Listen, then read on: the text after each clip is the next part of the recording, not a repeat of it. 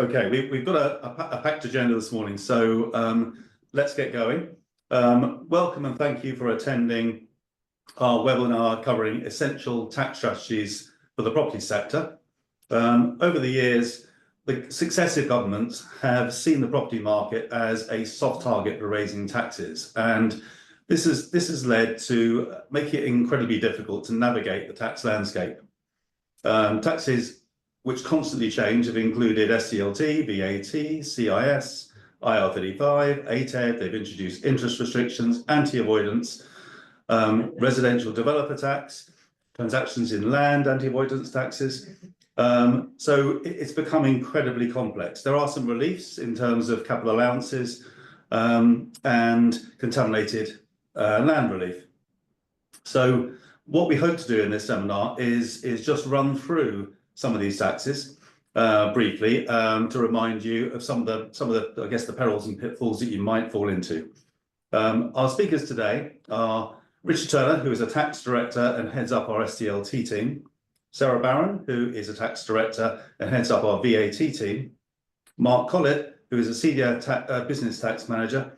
So I will move with no ado. I will move on to Richard Turner, who will commence the presentation. Oh, sorry, and just one more thing. In terms of questions, if you have any questions, please put them in the chat box, and we'll try and pick those up at the end if we have time. Thank you. Thanks, Ralph. Okay, to start off with then, we'll look at initially the interaction of IR35 and CIS. If you could go to the next slide, please. This is a question, that we get asked frequently, and the answer on the face of it is relatively straightforward, because where you look at the interaction of the two, IR35 will always trump CIS. Essentially, you always need to determine the status of your worker first, and if they should be treated as an employee, then PAYE or IR35 applies, and if not, and they're a genuine subcontractor, then CIS would apply. Now, where it gets tricky, of course it always does with tax, is where the off-payroll works legislation doesn't apply, because, for example, you're a small business, so ordinarily you wouldn't need to undertake that test where an intermediary is providing their services to you. However, you do need to be aware, or be certainly wary of the Criminal Finance Act. So if you had a situation where you had two contractors or two subcontractors are offering their services to you, and they're identical services, and one's through an intermediary and one is a self-employed person, then actually, if even though you're not ordinarily required to undertake that test, if you're a small business, if you know that one should be treated as a subcontractor who is not operating through an intermediary, should be taxed as an employee, then effectively you would be assisting in tax avoidance if you weren't to treat them both in the same way. So just one to be aware of. Obviously, ordinarily, where you have when you're taking on any contractor, you have to take under, it's usually worthwhile to use the SES tool, which will provide indication of the status of that worker, and HMRC will still generally stand by the results of the SES tool, as long as you've answered those questions in a genuine and honest way, and there's a link there to the SES tool on the HMRC website which you can use. So I will now pass you over to Mark. Oh, sorry, Sarah, sorry. Apologies. Morning.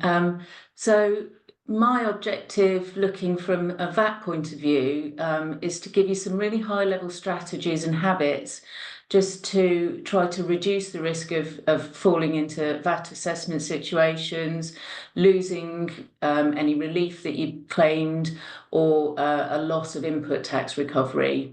So next slide, please. So VAT treatment is generally based on what you intend to do. So at the outset, you've got to decide what the VAT plan is. And just a really good habit to get into is to document that plan, including why a particular VAT rate applies to a project, why you charge VAT at a particular rate on the work that you do or your ultimate supply of a property, and what gives you the right to recover VAT on the costs that you incur. And crucially, then, the thing that people forget to do is to to retain a record to support that decision at the outset. Where I see things go wrong is where projects develop as they go through, and people don't revisit that plan regularly, and they don't remember that a change in the structure, whether that's the physical structure of a property or the legal structure of a transaction, will impact on that VAT plan. So it's a good idea to keep revising that plan as you go through. The next slide, please. So as we say, the VAT treatment relies on the understanding of what the intended outcome is, and before you need to understand that before you can decide what VAT to charge on your work or your supply, and whether VAT can be recovered. So VAT on construction work can be chargeable at standard, reduced or zero rate. Sales or letting of property, they can be standard rate, zero rate, or exempt from VAT. And recovery relies on the use of the property being taxable. So that's being chargeable at standard or zero rate of VAT, not if the end result will be exempt from VAT. So a change in use can result in whether VAT should be charged on the work that's being done, whether some valuable VAT reliefs can be claimed, and they if you change the use, could those reliefs be clawed back, and whether VAT can be recovered and would have to be paid back to HMRC if you change your plans. So projects can take years to come to fruition, and it's not unusual for them to change as they go through time. So next slide, please. So I'll just show you some quick examples of where we see projects changing. So if you build new homes to sell, you don't have to charge VAT to the house buyer or to the property investor, and there's pretty much full recovery of VAT on costs. But if you then decide to hold on to the properties to let them out instead, whilst the build costs remain zero rated, if you've paid VAT on the land purchase, and you will have paid on property on professional fees, legal fees and planning, that VAT would have to be paid back to HMRC, and the onus is on you to tell HMRC that you've got that repayment requirement. So next slide, please. Care homes are a particularly complex area for VAT. Construction work may initially qualify for zero rating if you're able to give a certificate, but a change in the ownership structure or who's actually going to operate the care home can lead to a clawback of that relief. And if somebody's got to pay VAT on the construction work, who, if anybody, can recover that? And at 20% of the cost of building a care home, that is a significant amount of VAT that we need to be, confident that, we can recover. Next slide, please. Commercial property, arguably far more simple than a care home, but still there are risks involved. So if you build a property to use for your own business, you will pay standard rated VAT, 20% on the construction of it. And if you're going to use it, so if your business is fully taxable, then you can get full recovery. But then if you decide to transfer it into a holding company to let to the trading company, that transfer in itself can trigger a VAT charge on the market value. And the only way to get that back is if you opt to tax it. So, and you need to remember that option to tax sticks with each person that owns it. It doesn't move along the chain with the property.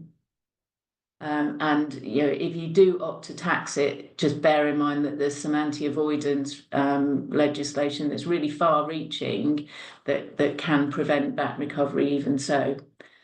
So next slide, please. So the strategy to avoid problems is to plan at the outset, document your plan, and reconsider it regularly, certainly before any change is implemented, but just a regular rethink of, does this VAT plan still work? Or has anything changed? Have we got all the paperwork? Do we know who who we need to be charging VAT to, and just those, keep the plan in mind at each stage of the project. Next slide, please. So one area that we're seeing HMRC take particular action in at the moment is on labour providers. The construction sector is seen as a particularly high risk sector for loss of tax, hence the CIS, and its mirror for VAT is the domestic reverse charge. And the purposes of those schemes is to stop tax cash flow moving through a supply chain, because if the cash for the tax isn't moving around, it's less likely to go missing. And the CIS, the DRC, domestic reverse charge, was brought in to stop cash moving around for VAT in the supply chain, but labour providers are not under the DRC, and HMRC are taking some particularly targeted anti-fraud action to prevent loss of tax in construction supply chains. And since the inception of the domestic reverse charge, many contractors no longer have much output tax to declare on their VAT returns. They're frequently in a repayment position, just claiming back VAT, and it can quite often be mainly on those invoices from labour providers. HMRC have got a right, if they think that a supply chain is liable to a loss of VAT anywhere in the supply chain, they can hold contractors anywhere along that chain liable for the loss of VAT if they knew or should have known that VAT was likely to go missing. So if you're hiring in labour from an outside provider and you pay VAT on that invoice, you need to make sure that you've got evidence of extensive due diligence undertaken on the whole supply chain. We've seen HMRC withholding VAT repayments for multiple periods, denying input tax recovery if they suspect that there's going to be some loss of VAT somewhere along that supply chain. So you can protect yourself by implementing Guidance for Compliance 12. And if you take the steps set out in that guidance note, you need to be able to verify that your supplier has good compliance with tax. And that's not just each time you take on a new labour provider, but you need to be taking on checks each time you pay them. Otherwise, your VAT repayments can be at risk of being withheld. So in summary, to reduce risk for VAT assessments and loss of recovery is down to good housekeeping. Document what you're planning to do. Why are you charging VAT at a particular rate? What gives you the right to recover VAT, and how have you claimed relief on the construction? And then to keep keep that plan in mind and revisit it regularly, just to avoid any VAT assessments hitting you. At which point I'll hand back to Richard. Thanks, Sarah. If you could move to the next slide, please. So as far as SDLT is concerned, I mean, these are the current rates of SDLT. So we had a change in that 0% rate from April this year. So it used to be 250,000, which we had came in a couple of years ago, and we knew that was only a temporary increase, and it was always expected to go back down on the 1st of April. But you can see here there's a vast difference in rates between the 0% rate there on purchase of up to 125,000 up to a whopping 17% for where the consideration is in excess of 1.5 million. Just something to note here, the rates are progressive. So there used to be a kind of a cliff edge kind of situation with the tax, but the way the progressive rates work, obviously, if you bought a house for 250,000, for example, the first and it was a first house, the first 125 would be taxed at 0, and then the next 125 would be taxed at 2%. So that's the way it works. But yeah, and the surcharge rates, they will apply to additional residential properties, although it can actually also apply to a first residential property in certain situations, and pretty much nearly always where a company acquires a residential property. So if we could move to the next slide, please. So the important thing I want to bring to your attention here is the rate of tax for mixed or non-residential property, which is only 5%, which obviously compares quite favourably to the top rate of tax of 17% for a residential property. Now, what is non-residential property or mixed property? Usually it will be fairly obvious. So, a factory and office, for example, are clearly non-residential property. What's mixed, essentially, if you have a transaction that includes, something like, say, a shop and then a flat above it, that would be mixed because clearly you've got a commercial and a residential part.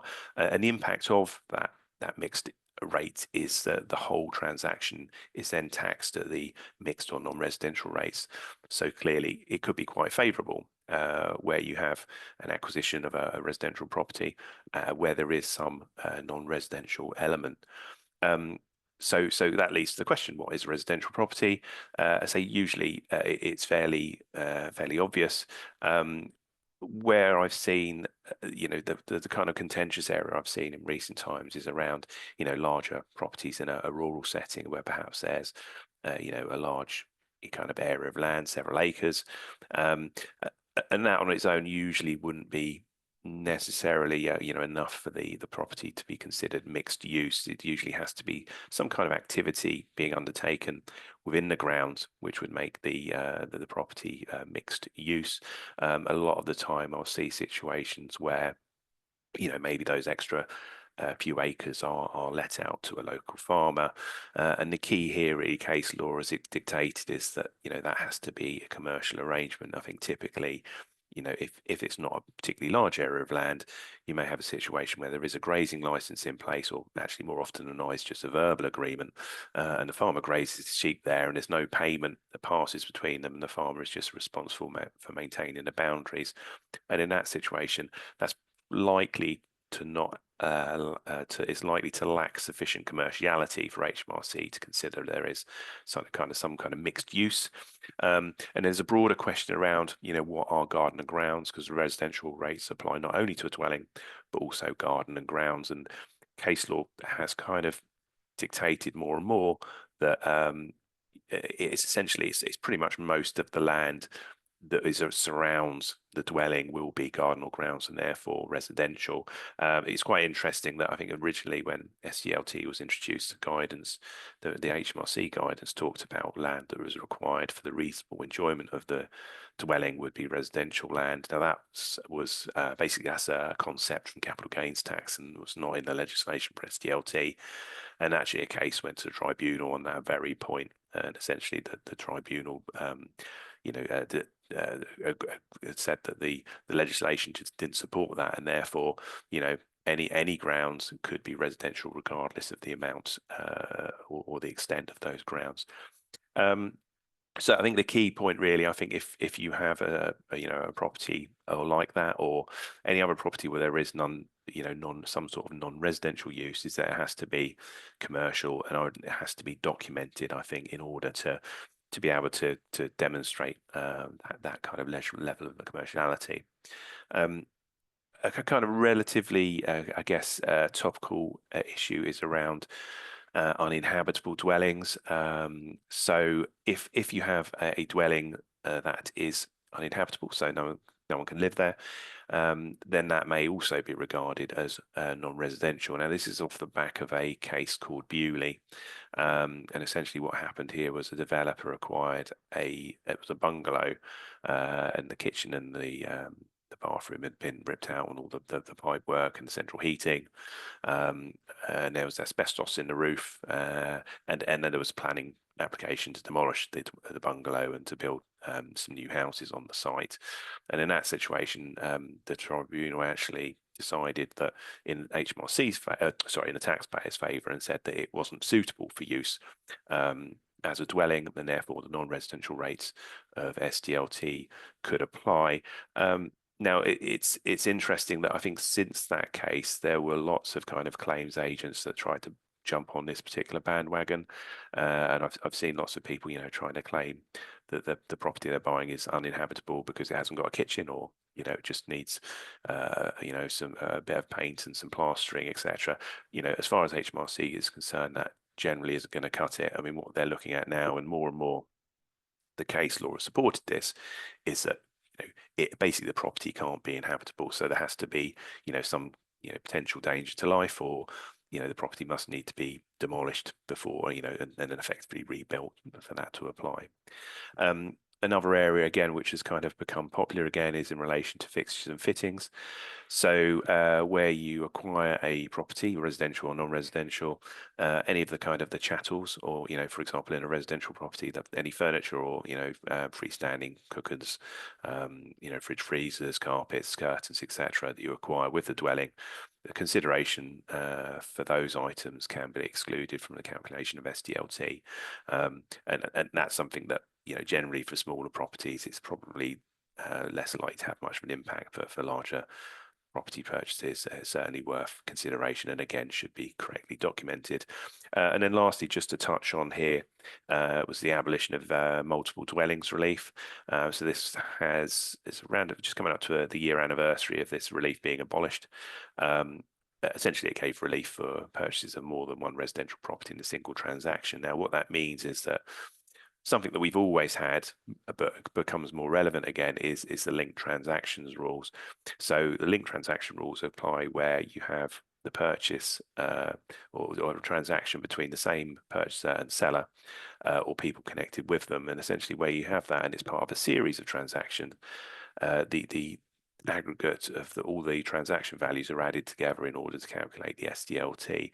So that actually makes a transaction much more expensive, because MDR used to effectively, average the price if you were buying more than one property, and you'd pay, the rates based on the average price. Whereas the linked transactions, if you buy, a property for 1.5 million, for example, then you pay the SDLT in accordance with the earlier kind of the rates applicable. But the subsequent property you buy, you would pay a flat 17% if it was an additional property, because it's you add the transaction values together. There is a small element of relief here where you have a single transaction where you acquire 6 or more dwellings, and effectively there's an automatically the non-residential rates apply in that situation. So if we go to the next slide, please. The stamp duty land tax non-resident surcharge we've had for a few years now. Essentially, this is an extra 2% on top of the normal rates of SDLT. So if you're acquiring a non-residential, a residential property at the very top rate, so potentially actually there's a 19% rate of SDLT applicable to non-residents. Now, with tax being tax, of course, the rules for determining residents are different for the SDLT as it is for every other tax. So essentially you're looking at an 183-day rule. So you look back 12 months and forward 12 months on a rolling kind of 12-month basis. And if an individual acquiring the residential property is in the UK for at least 183 days in that 12-month rolling period, then they will be resident here. And if not, they will be non-resident and a surcharge will apply. Now, it's possible that you may have to pay the non-resident surcharge initially, but if they subsequently become resident within the following 12 months, then you can apply to have that repaid. The position with spouses is interesting. So normally, if you have a joint purchase and one purchaser is non-resident and one's resident, that will always be treated as a non-resident purchase. However, with spouses, there's a let out. So as long as one of the spouses is resident in the UK, then you can avoid the non-resident surcharge. A nasty to watch out for here is in respect of companies. So it doesn't only apply to individuals, but the non-resident surcharge also applies to companies, and it will apply to non-resident companies, but also to resident UK companies that are controlled, or close companies that are controlled by non-residents. And there's a nasty trap here. So when you determine control, you have to look at the rights of any of the other shareholders connected with you. So, for example, if you had a UK company that was controlled by 3 brothers, they own a third each of the shares, and 2 live in the UK and 1 lives offshore. In determining control, you actually attribute the UK individual shareholdings with the person living abroad, and in that situation the company would be treated as a non-resident company and the surcharge would apply. So next slide please. The annual tax on envelope dwellings. So as the name says on the tin, it is an annual tax and it's paid on residential property that is owned by companies. So if we can move to the next slide please. So this applies where the residential property is bought for more than £500,000, but it also can apply where the property is worth or was valued at more than £500,000 at certain revaluation points. So the last revaluation point we had was in 22. So if you bought property before 22 for less than £500,000, but it was worth £500,000 or more on 22nd April 22, then potentially the ATED is in point. Now the ATED also has an impact on the rate of SDLT. So if you acquire a property for more than £500,000 and none of the reliefs available can apply, then there's a flat rate of SDLT of 17% paid on the whole transaction value. And if your company is non-resident, actually you add the 2% non-resident surcharge, so it's actually 19%. Now there are a number of reliefs. Now usually the reliefs are around good commercial use. So if the property is being let to third parties, or if it's being used or acquired by a property development business or property trade, then that would usually be a good commercial use, and the ATED wouldn't be in point. But the important thing is you would still need to make a claim annually on the 30th of April or within 30 days of acquiring the first residential property that could otherwise be caught. The solicitor would need to remember when you do the acquisition to put in purchase to include a relief code 35 on the SDLT return if the reliefs for letting, for example, apply. Something to watch out for there is on the letting exemption, it has to be a commercial letting. And it can't be let to a non-qualifying individual, which is basically anyone connected to the company acquiring the property, even if that is on an arm's length basis. So if you can move to the next slide, please. So these are the rates of the ATED. As you can see, it starts around £4,500 for a property worth up to £1 million, and then it's just under £300,000 for a property worth over £20 million. So if you go to the next slide, please. Next slide, please. So the residential property developer tax is a tax that's aimed at large developers. The idea behind it was to fund costs of remediating cladding issues, and it's meant to be temporary in that it was only meant to be in for around the next 8 more years. So it was 10 years when it was first introduced. It applies to property development in the UK and is based on profits arising in the UK that are in excess of 25 million. Now that 25 million pound is actually an allowance. So if you have a group of companies, that allowance can be split around the group as you see fit. The way this is administered is essentially it's a 4% additional rate of tax added to the company's corporation tax liability, and is paid in the same way as the corporation tax. So the admin on this hopefully is at the minimal. As I say, it was introduced from the 1st of April 22. Now there are some specific exclusions and inclusions to the tax. So a couple of the exclusions are around, purpose-built student accommodation, for example, is excluded from this, as are, care homes. And something that is included would be a developer, for example, that doesn't own an interest in the land when it's sold, but if at any point they have owned an interest in that land, that would be specifically included within this tax. So now I will just pass you over to Mark. Thank you. Thank you, Richard. Morning, everyone. My name is Mark Collett. I'm a Senior Business Tax Manager. And in this section, I'll give you an overview of the Structures and Buildings Allowance, also known as SBAs. This is an important tax relief aimed at encouraging investment in the construction and improvement of non-residential properties. We'll cover what SBAs are, what qualifies, what doesn't, and how they can be claimed. Capital allowances are a way for businesses to reduce their taxable profits. This is by deducting the cost of certain capital assets. Most people are familiar with the plant and machinery allowances or the annual investment allowance. The Structures and Buildings Allowance was introduced in October 2018 to address a long-standing gap in capital allowances. They allow businesses to claim tax relief from the cost of constructing, renovating, or converting non-residential buildings used in qualifying activity, which was not previously available.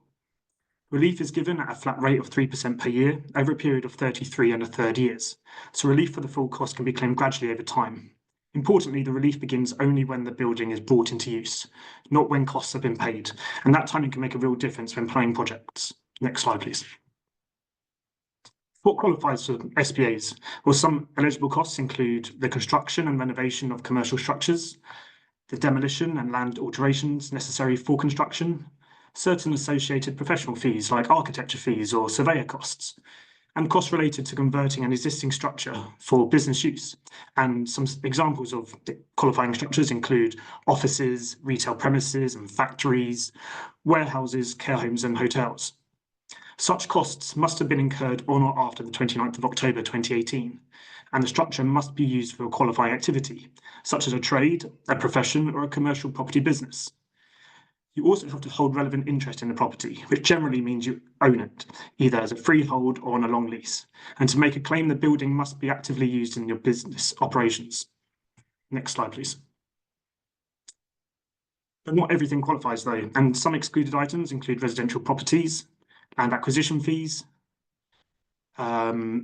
expenditure on integral features and fittings, although other capital allowances can be claimed on these, such as the annual investment allowance or the plant and machinery allowances, and structures used in excluded activities, such as running a residential property business.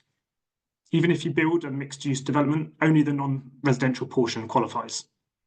Next slide, please. To claim the structures and buildings allowance, you need to apportion qualifying costs accurately.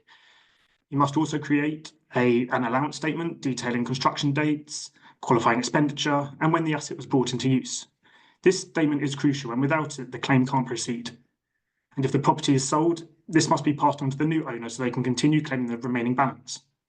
Once it's in place, the structures and buildings allowance can be claimed annually through your business's corporation tax or income tax return, depending on the structure of your business. Next slide, please. Some common mistakes include failing to create the annual statement, misclassifying costs, or trying to claim plant and machinery under the structures and buildings allowance. Another issue is not updating the claim if the building is sold or transferred, and these errors can reduce or even invalidate your claim. That's why early planning and professional advice are so important.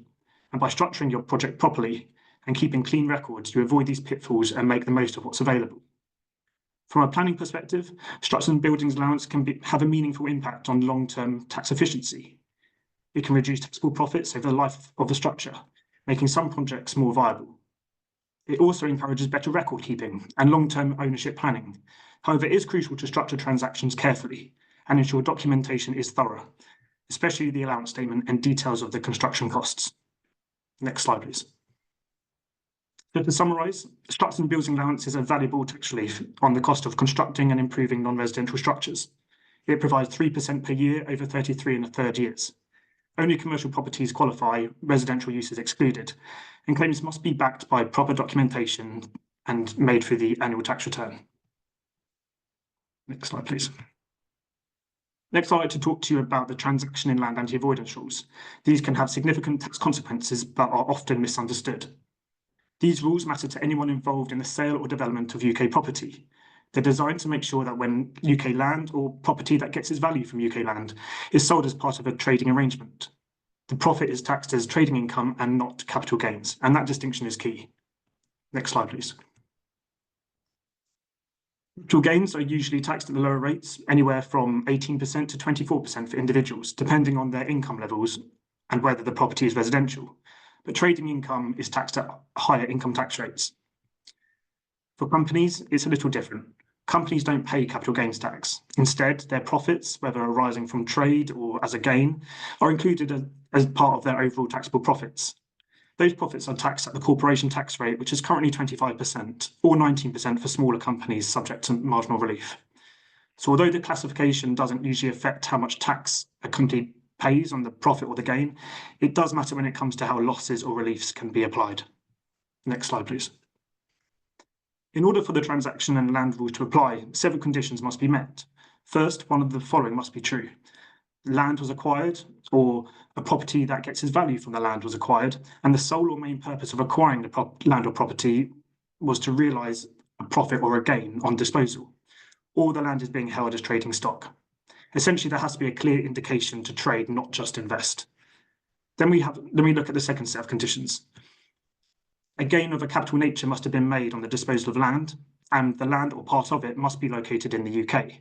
It's important to note that these rules are not there to catch genuine investment activities, and of course, intentions can change over time. Next slide, please. With that in mind, let's have a look at a couple of examples, so how it works in practice. In our first example, an individual buys a property with the intention of holding it for a long term to generate rental income. But after 18 months, the rental market takes a downturn and they decide to sell the property. Even though the property was sold fairly quickly, the key point is the original intention. It was always meant to be an investment. So in this case, the transaction in land rules would not apply, and any profit would be treated as a capital gain, not a trading income. In the second example, the company buys a property intending to refurbish and sell it. After developing it, they decide to rent it out briefly whilst waiting for the market to improve. Once conditions are right, they sell it for a profit. Even though it was rented for a short period, the original purpose was always to develop and sell. So this is still treated as a trading transaction, and the transaction land rules would apply, meaning the profit would be taxed as trading income, not as a capital gain. Next slide, please. Another area where we have seen these rules apply are what HMRC call the slice of action schemes. And this is typically where a taxpayer receives a share of the profits from a land development project, even though they may not be directly involved in the development themselves. Next slide, please. And here's a typical example of how it can work in practice. So imagine an individual sells part of their garden to a development company with the intention of building a block of flats on the land. The individual can structure the deal in two ways. For option one, they receive £100,000 upfront with an additional £100,000 deferred for 2 years. Or option two, they receive £100,000 upfront, but receive the second £100,000, which is linked to the sale of, say, 4 newly built flats, which is expected to happen in 2 years' time. At first glance, the two options look very similar. However, the tax treatment differs depending on the structure of the deferred payment. In option one, the deferred payment is fixed and not linked to the development success. This would be treated as a capital gain.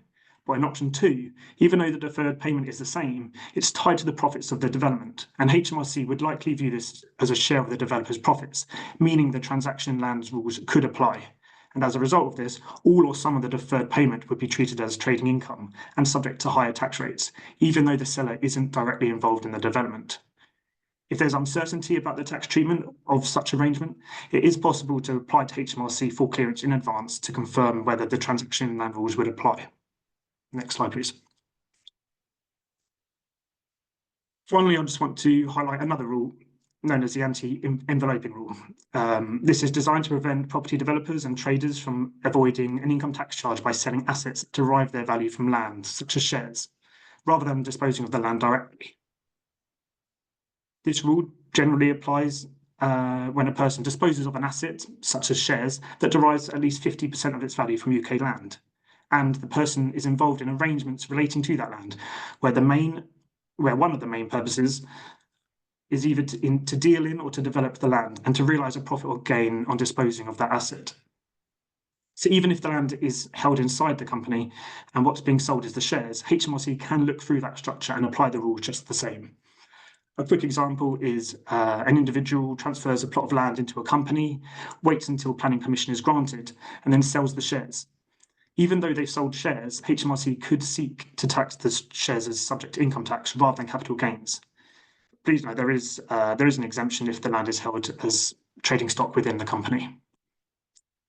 The key takeaways from this is that intention and substance matter far more than legal form. If land is acquired or developed with the purpose of making a profit on disposal, the safe assumption is that it could be taxed as trading income, not as a capital gain. So early tax planning and advice is essential, especially where planning applications, promotional activity, or development work is involved. Next slide, please.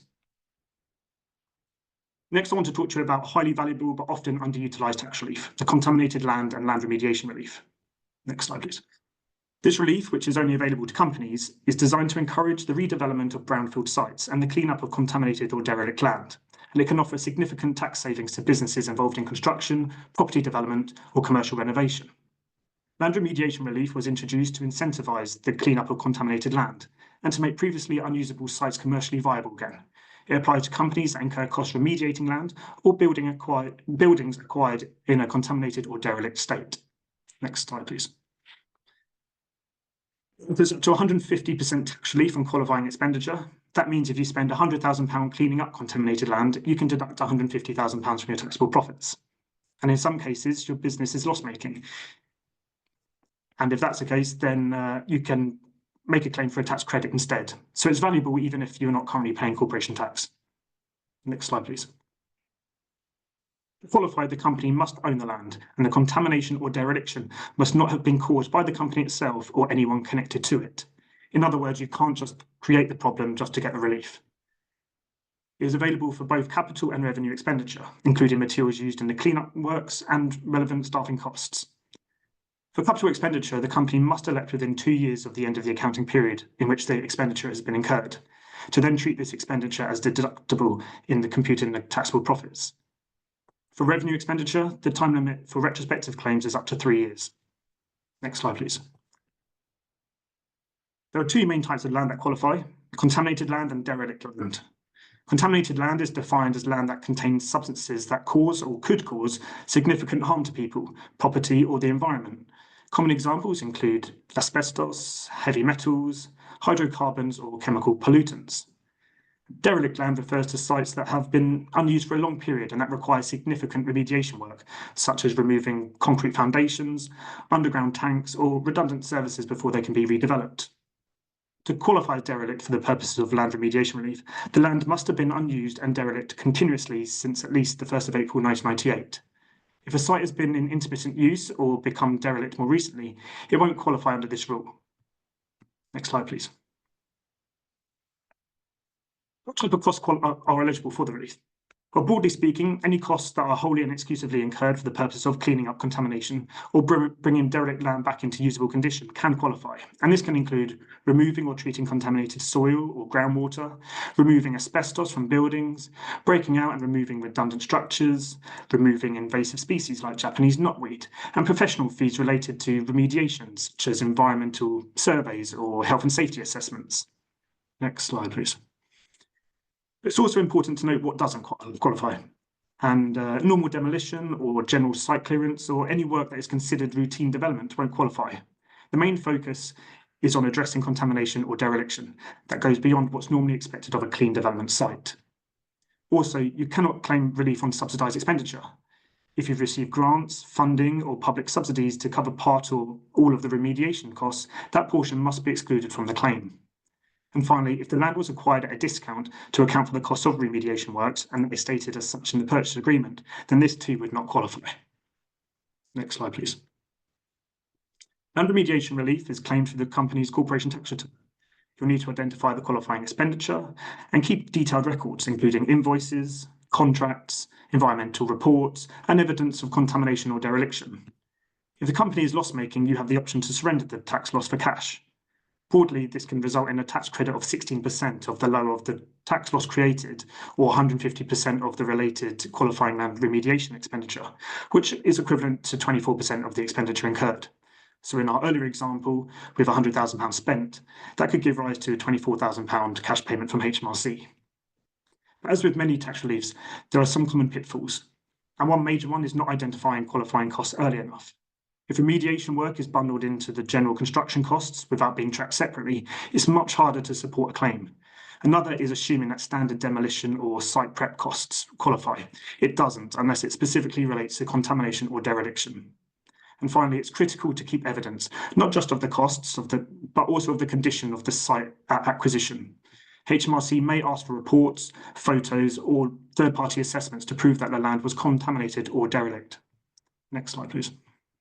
So to conclude, land remediation relief is a powerful tool for companies looking to redevelop brownfield sites or clean up problematic land. It supports the costs of making land usable again, whether that's removing asbestos, clearing out chemical waste, or breaking up long abandoned structures. With relief of up to 150% and the possibility of cash credits, it can make a real difference to the financial viability of a project. But it only works if the right planning and documentation is in place from day one. So if your company is acquiring or developing a site with potential issues, it's worth taking a close look at whether land remediation relief could apply. Thanks.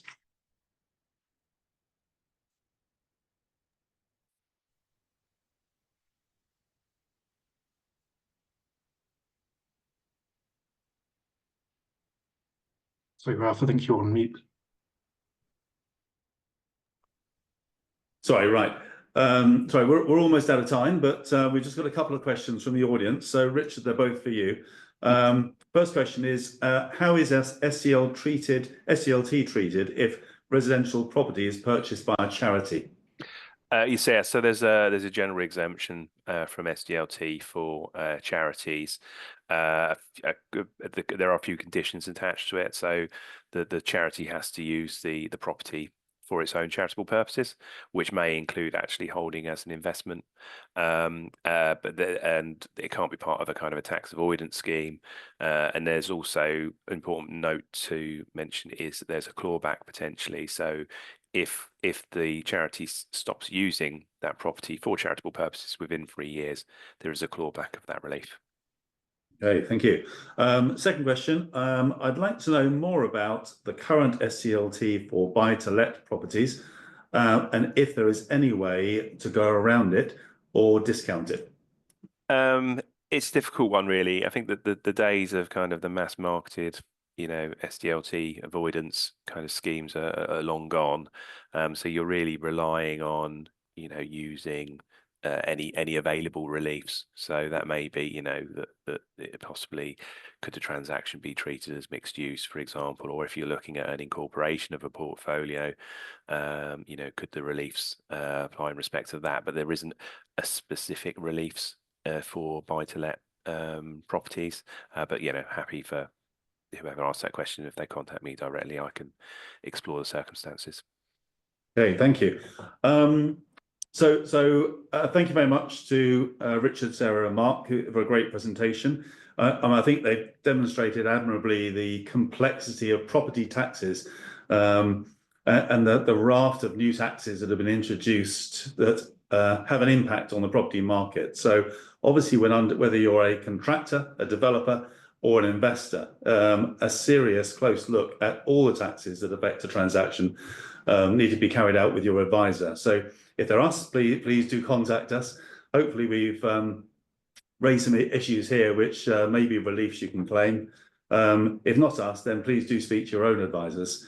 But before finally wrapping up, can I just flag we're doing a seminar on the new accounting standard, FRS 102, on the 17th of June. This will have a significant impact on revenue recognition for all companies, but in particular, potentially architects, surveyors, and property businesses.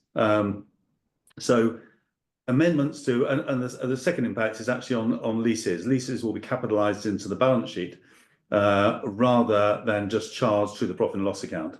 That has an impact on EBITDA calculations, so banking covenants, and the way your accounts are presented. So that's on the 17th of June at 9:30 a.m. So please do sign up for that. It's a very important change which needs to be planned in advance. So thank you again to our speakers, and thank you all for attending.